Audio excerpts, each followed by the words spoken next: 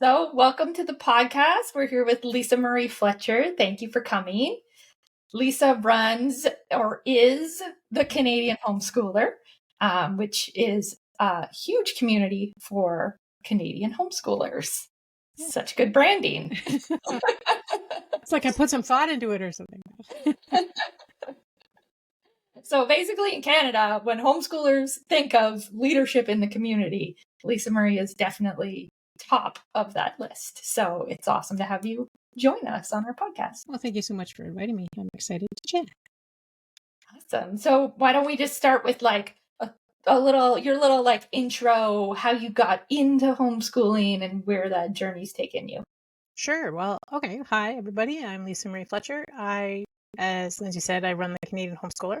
But I started my homeschooling journey before I started the Canadian Homeschooler, which, kind of makes sense because that's where most of us have started. I began homeschooling my oldest when he was junior kindergarten level because he wasn't ready for school. He was, academically, he probably would have done fine, but emotionally, he wasn't ready to detach. And so he just suffered a lot of anxiety, and we had a lot of struggles and conversations, and eventually decided we'd start homeschooling. I'm an early childhood educator in my background. That is my, educational background. I got my EC diploma, and I figured, I can handle kindergarten. That's no big deal, like totally fine. And now my son is 20, so it kind of lasted a little longer than I anticipated, but we just kept going and adding more kids and kept going with more kids. So that was our homeschool journey. And then I started the Canadian Homeschooler a few years after that. So yeah. That's amazing. And so what led you to want to start the community? Because obviously, it's not for the fame and wealth. Sadly, no. Whatever, it's fine. I enjoy doing it. I originally started the Canadian Homeschooler because when we first started homeschooling, actually both my sister-in-laws were homeschooling their kids.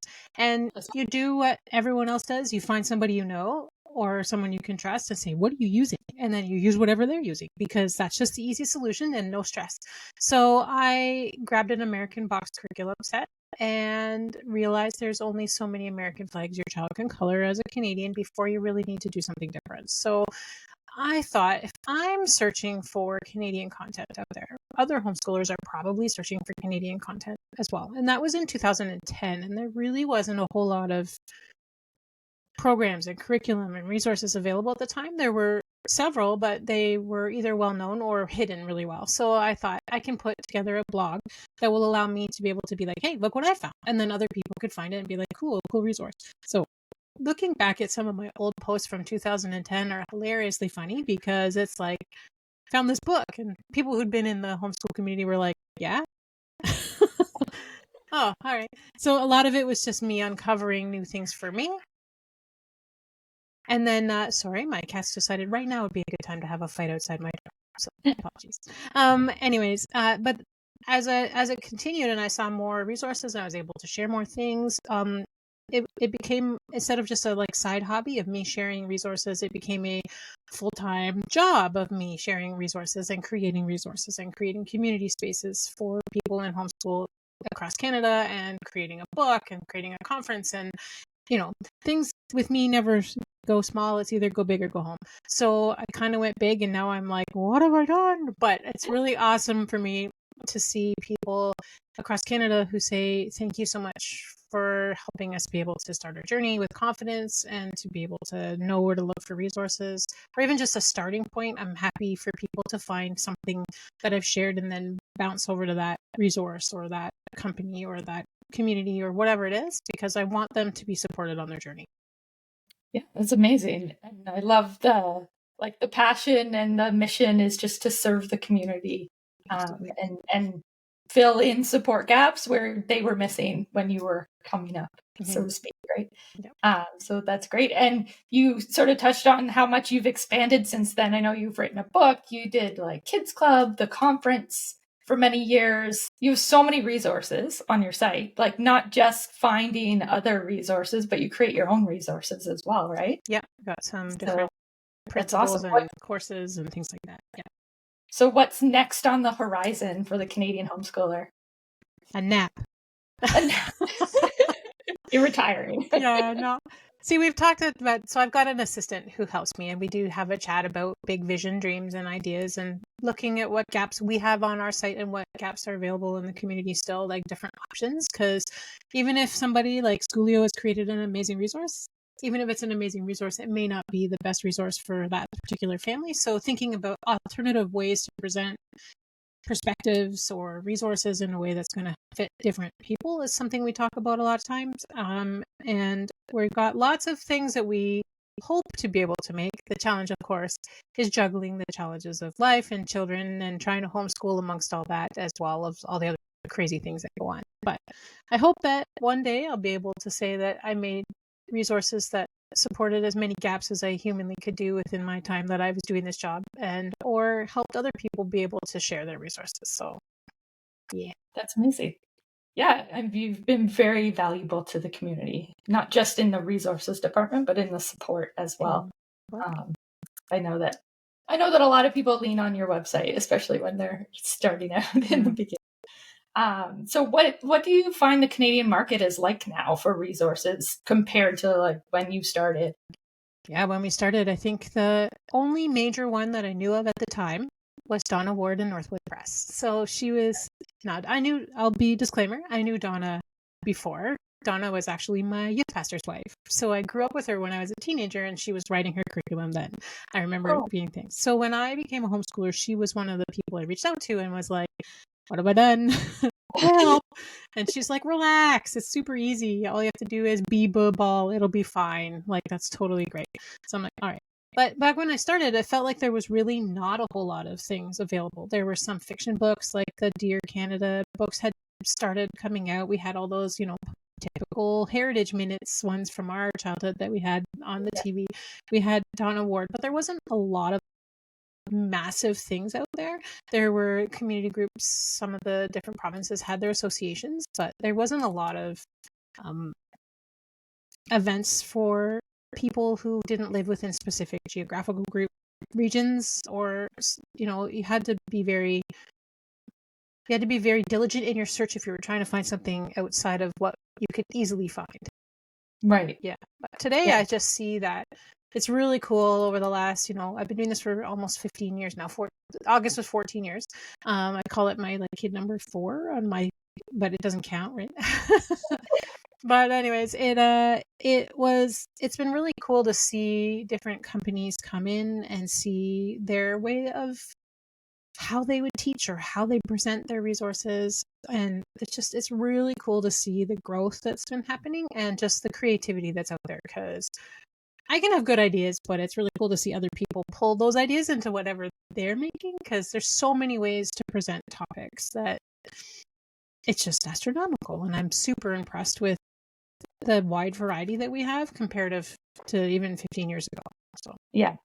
And it's like you said, like all resources, even they're not going to fit every family, right? So if there was only one Canadian math curriculum and that style didn't work for your family, you were kind of stuck either way, right? Yeah, because our family, I love Donna Ward, and I think her resources can be really great. Unfortunately, my boys wouldn't sit still to listen to a book, no matter how hard or threatened or how many bribes I provided.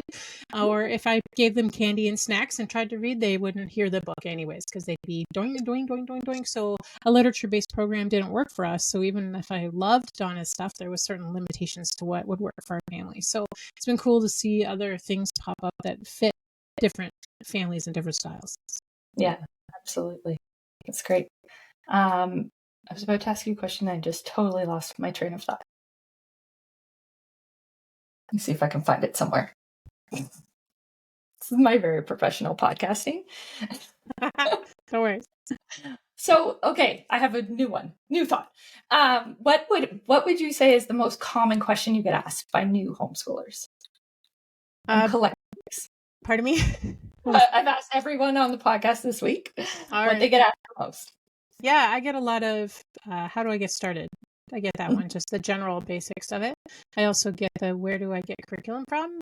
That one's a pretty common one too. And I'd say those two are the most common ones that I answer, specific, and usually around something specific. So it's like my child's being pulled out of school because they've been bullied and I'm completely overwhelmed and I don't know what to do. From that to my child's in grade 11 and they want to be in high school and they want to graduate at the end. How do I handle that? To I'm coming to Canada and I don't know what to do about homeschooling. Can I join a Canadian curriculum school somewhere? So I get all kinds of very typical get started questions. And then I usually can lead them specifically to whatever province that they're from, because every province obviously has different resources. So it's a good way for me to connect them with people that are more local than me, who just knows the basics, not the ins and outs and all the secrets that you need to know. Absolutely. So what would you say when people ask you what the best curriculum is? Oh boy. I see it a lot, right? Where it's like, what is the best curriculum? So if you ever visit my Facebook page, usually around June is when people start panicking about the next year and messaging, I need to know what the best curriculum is for math. And then they get 7 million responses because every single family has different versions. Or they Google best grade 2 math curriculum and they go, So I always say there is no best curriculum. There are like 100 questions you need to ask to narrow down the option before you start picking it down. So you need to think things like, do you want online? Like, are you okay with an online space, or do you want it to be offline on paper? Do you want faith-based? Do you want it not faith-based? Do you care if it's Canadian content or American content? Do you want how involved do you want to be personally, or do you want somebody else to be in charge? Like, if you're not good with algebra, you probably shouldn't be the primary teacher. Like, you should outsource that to a program that has a teacher that stands there and does the lesson for you, just as an example. There's tons of questions that you need to ask, and I've got lists of them on my site and questionnaires and stuff before you go into picking the actual curriculum. So for me, I don't think there's a best curriculum. There's a let's narrow it down and then choose from there what's going to work for your family.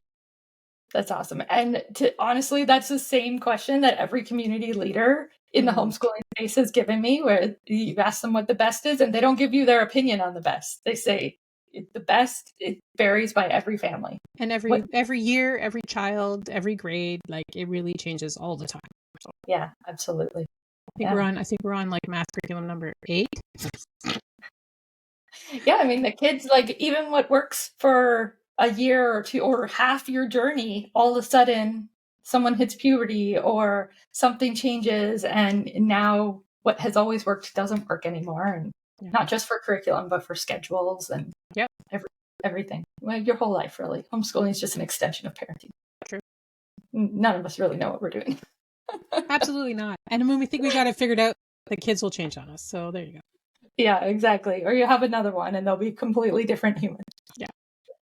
I was interested when you were talking about your oldest starting kindergarten and that you were having a lot of stress and anxiety. Or he was, not you. Well, maybe you too by default.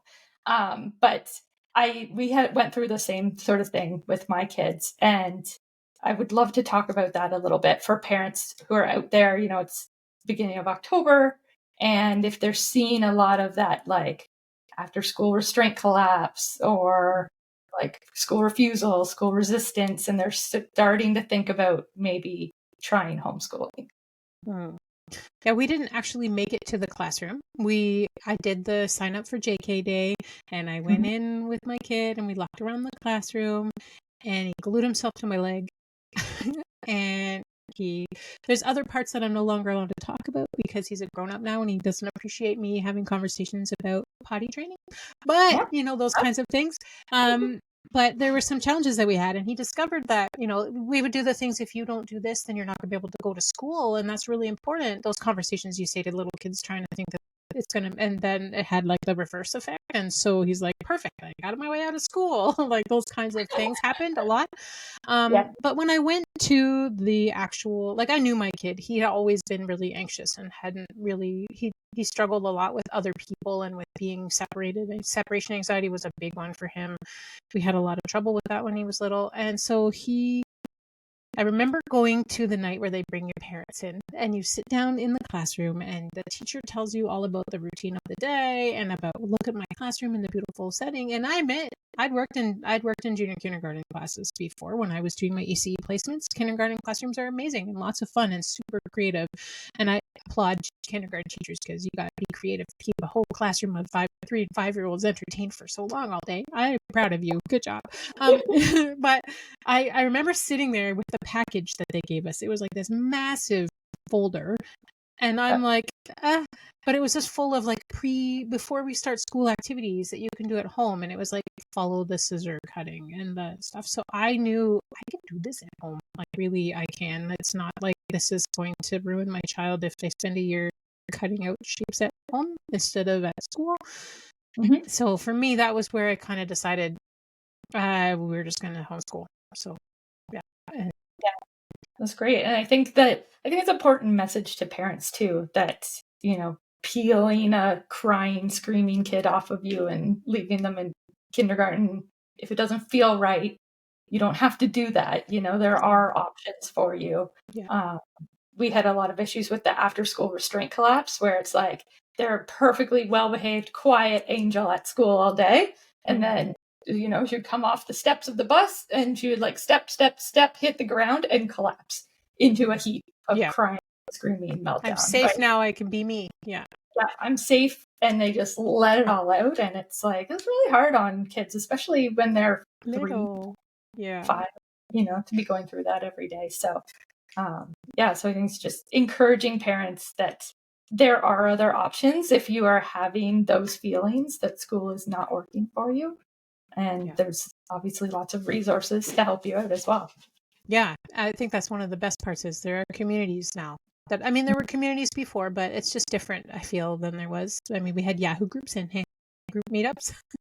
Yeah. But now we're on Facebook and we can just ask questions like, how do I handle this? Like immediately on the spot instead of waiting for someone to answer an email or whatever. We get together on the next time.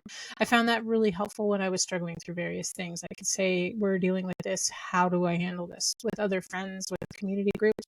And the other thing I was going to say about kindergarten is, in particular, is people feel a lot of pressure that kindergarten needs to be a checklist of things. It's school now. I have to be official. I have to really make sure that my kid doesn't fail at the basics of academics or ruining for the rest of their life. But the really important thing to know is that kindergarten is really gentle. It's just about introducing them to concepts of language and concepts of math. If they don't understand that 1 equals 1 cookie or 1 chocolate chip, they'll get it. Repetition and learning, and just a gentle way to teach them is fine. So I think that taking the pressure off, if you're having a child who doesn't want to be doing school in person, or it's not working out, or you're dealing with the anxiety piece, if right now is the best solution is to take them home and make sure that you're not going to kill that love of learning or that make that super stressful experience for them, because maybe in the future school will be the best option or the one that you need to choose for your family, and you don't want to have created a really negative space around it. So specifically, I'm talking about kindergarten. I know it can be applicable to any grade, but specifically for that, it was important to me that I created a foundation of learning and time that was really enjoyable, so that if I needed to have them back in school, they didn't have this negative association with that's the place that made my mom leave me all day. And I was feeling very stressed out and I just wanted to be at home. So, and I'm not saying that there's not times and places where you need to work through those feelings and make them, function and whatever. But I think also respecting our children's kind of their feelings and how they're handling situations is important. And homeschooling, especially in the kindergarten years, doesn't need to be as big and stressful as some people make it out to be.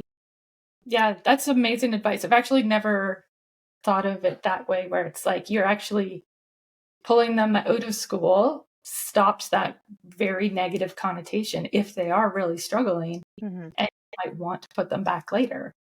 And the idea that like you can do what works this year. Yeah. If homeschooling works this year, maybe it doesn't next year, or maybe it does next year and 5 years from now it doesn't. But there's always those like kindergarten parents who are like, what about post-secondary? And it's like, don't think that far yet. Like, let's just tackle today. You tackled this year, because even the way it is now, it'll be different by the time your kid gets there, right? Absolutely. Yep. And speaking of older kids, you're homeschooling teenagers now, right? Or have? Yeah, so I've got 2 that are technically would be done, and one that is still this year would be grade 12 if we were grade systeming. So, which is a whole wild other experience. It's been interesting because my high school level experiences weren't. I really wanted to do we're going to follow the Ontario curriculum and we're going to do all the check boxes and we're going to make sure that we have a transcript that shows exactly that we were being good Ontario high schoolers.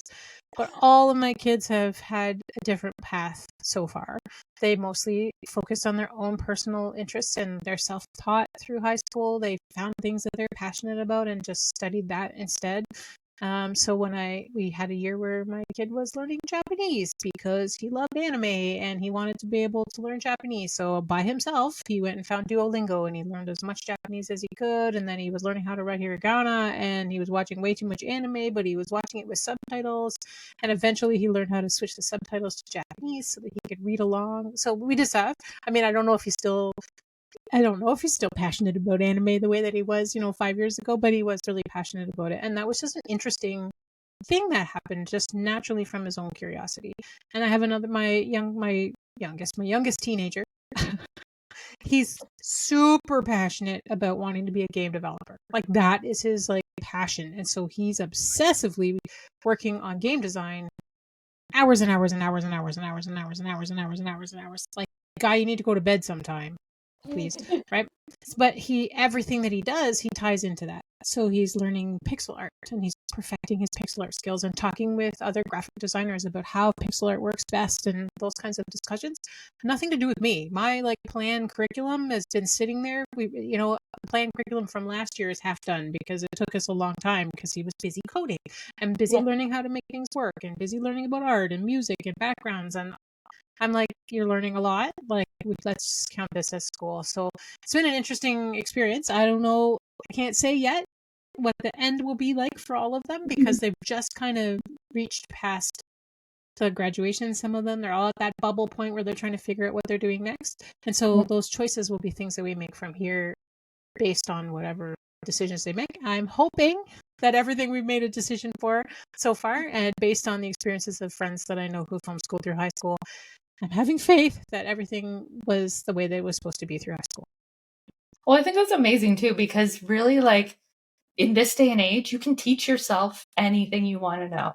Yeah. So what our kids need is the passion and the drive and that self-initiative to go and figure out what they want to know. Yeah. So my kids transitioned for high school. They went back to public school. And my son the other day, he does his math and English and everything at school. And then all evening long, he's coding. He's watching YouTube tutorials so that he can code his own game. And the school isn't teaching him how to do that. Yeah. School is a bit of a hindrance to this thing he actually wants to do at the moment. Yeah. But I think that's really like homeschooling gave him that self-initiative and self-starting attitude. Yeah. So, which is what they're going to need, especially technology and everything is changing so crazy. Yeah. He's not learning anything at the high school that's going to prepare him for the real world. Yeah. Yeah.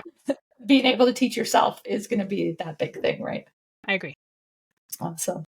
Great. So I guess we'll say, what is your favorite piece of advice that you give homeschoolers? And you can break it into new and seasoned if you want, or if you just have a generic piece. That's a great question.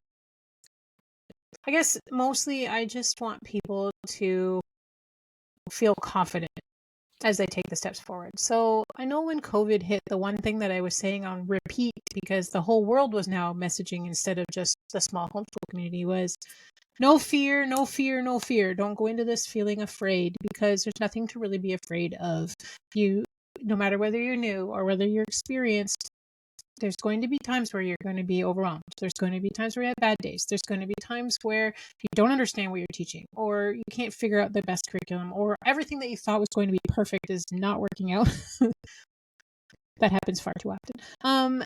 But the idea is that homeschooling allows for the flexibility of life. So if you are struggling with the bad days, if you personally are having a bad health day or mental health day and you can't handle the day, guess what? You haven't ruined your kids forever because you didn't do math today, right? Yeah. Or if the math program isn't working and you've been struggling for 3 months, don't be afraid to change programs. So my biggest advice is no fear, and constantly evaluate what is and what isn't working, because maybe the curriculum that you've chosen isn't a good fit and you're forcing it to, and that's why every day is struggling. Or maybe your kid is having a secret challenge that you're not aware of. Like maybe they've got a secret online boyfriend or girlfriend that you haven't talked about, and they're feeling really emotionally upset about it. And they just, something has happened. Or maybe they're just, a grandparent is sick and you're having to work your way through those things. Those life things are challenging. They are. But they're easier, I think, when you're homeschooling because there's no pressure involved. You can take the break back. You're not going to ruin them for life. At least I haven't seen anybody tell me they've ruined them for life so far with any of my community groups that I've talked about. But don't be afraid. Don't come to homeschooling with a feeling of fear. Come with it with a feeling of confidence, and then learn how to adapt it to your family. I love that. That's perfect advice.